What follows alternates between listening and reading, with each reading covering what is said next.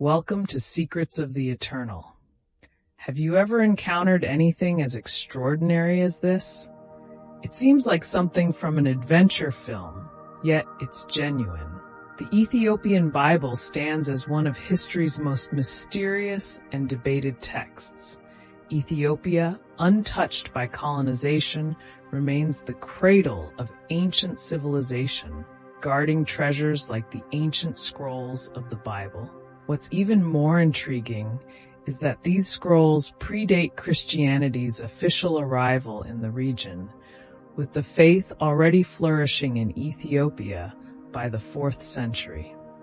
Travelers and historians recorded its presence, suggesting that for over 3,500 years, certain Ethiopian tribes worshipped the Christian God.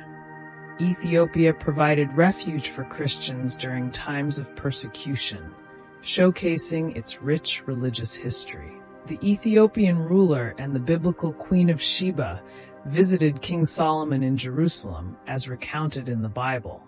However, it doesn't mention their son, Menelik, whom Sheba supposedly took to Ethiopia, becoming its first emperor. Genetic research in 2012 found links between Ethiopians and ancient Egyptians, Israelites, or Syrians, aligning with Sheba's era, yet the Ethiopian Bible remains largely unrecognized. In Hebrew, biblical texts were translated into various languages over centuries.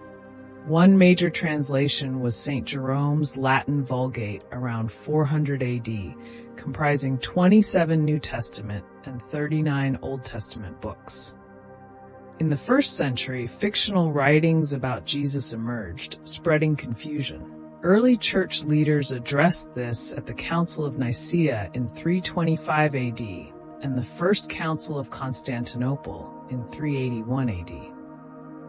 To determine which texts would be included in the New Testament, rigorous criteria were set. A book had to be written by Jesus' followers or eyewitnesses of his teachings, penned in the 1st century, and consistent with the Bible. Over centuries, the Holy Bible underwent changes, notably during King James' reign, aiming for a unified version to resolve religious disputes.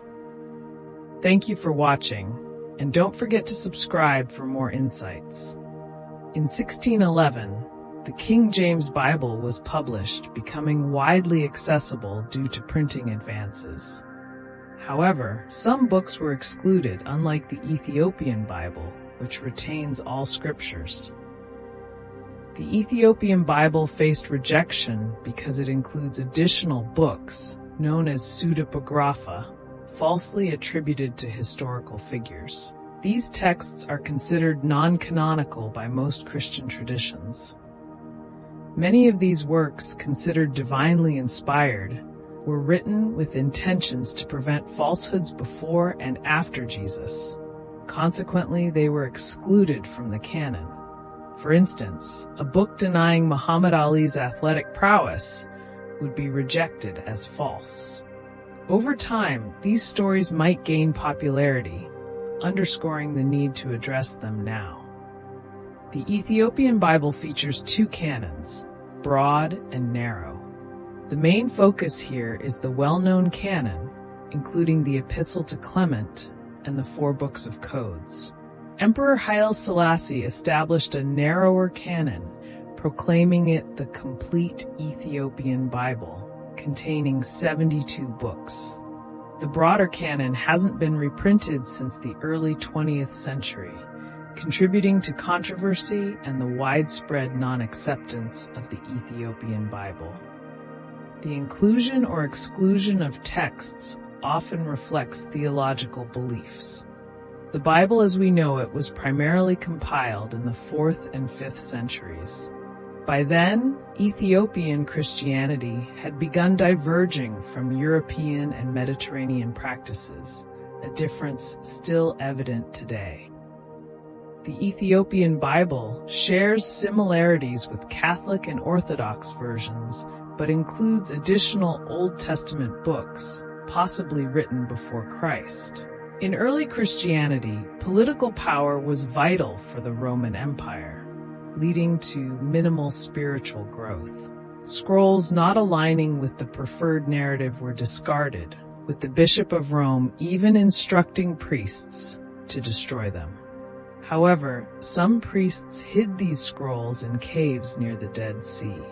Interest in the Ethiopian Bible has grown, with efforts to translate and study it.